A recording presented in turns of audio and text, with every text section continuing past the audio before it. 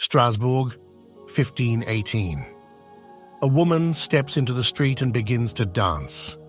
Hours pass, then days. She doesn't stop. Soon, others join her, dozens, then hundreds. No music plays, no festival is underway, just a city trapped in a nightmare.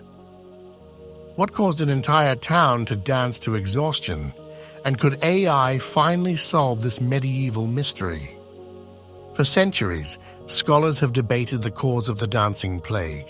Was it a disease, mass hysteria, or something even stranger? Today, we're using cutting-edge artificial intelligence to uncover new clues and finally unravel this centuries-old enigma. Stay with us until the end, because what AI reveals may change everything we thought we knew. To understand the dancing plague, we must first step into the world of 16th century Strasbourg. The city was gripped by hardship, famine loomed, disease ran rampant, and religious extremism dominated daily life.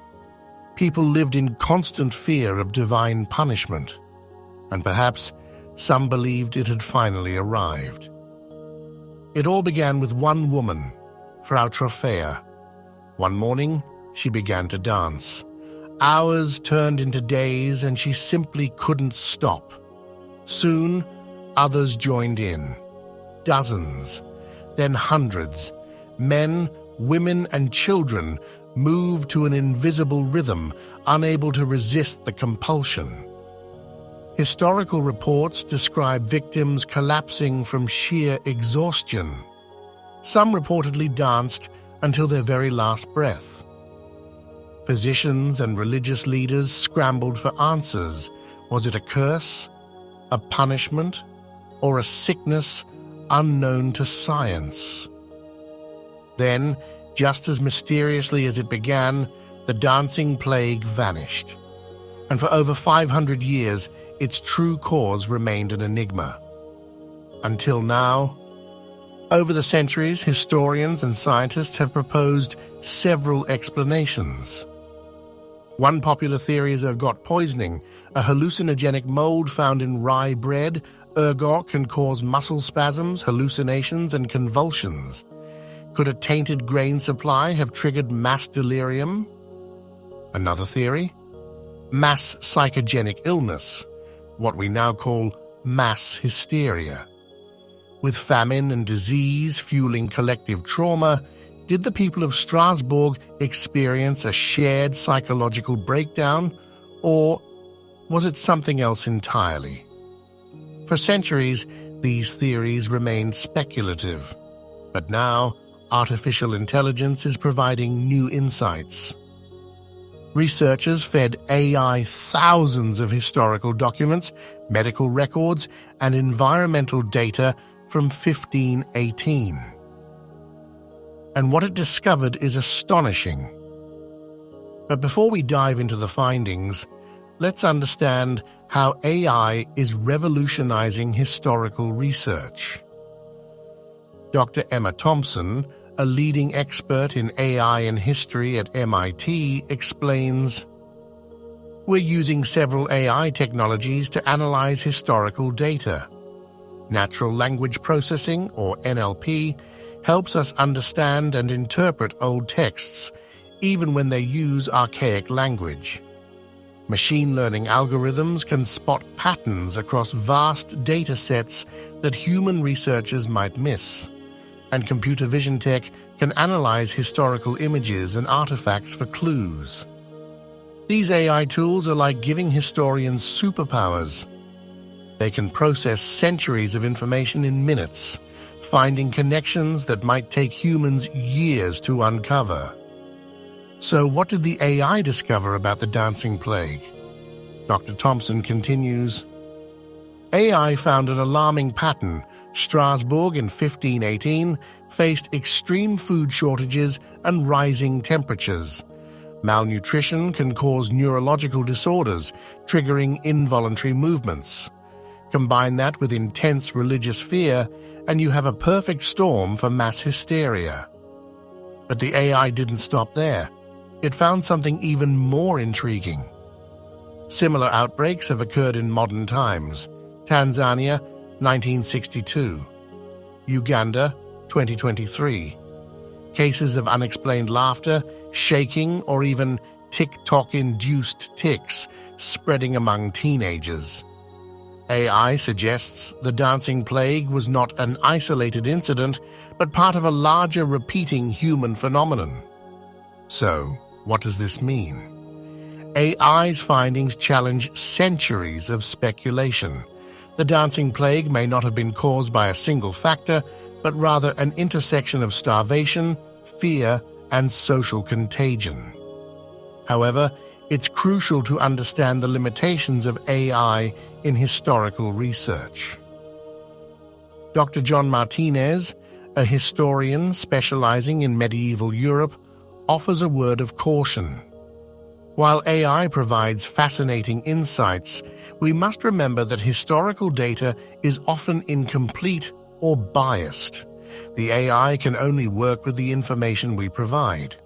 There's always a risk of misinterpretation or overlooking crucial cultural context that isn't captured in the data.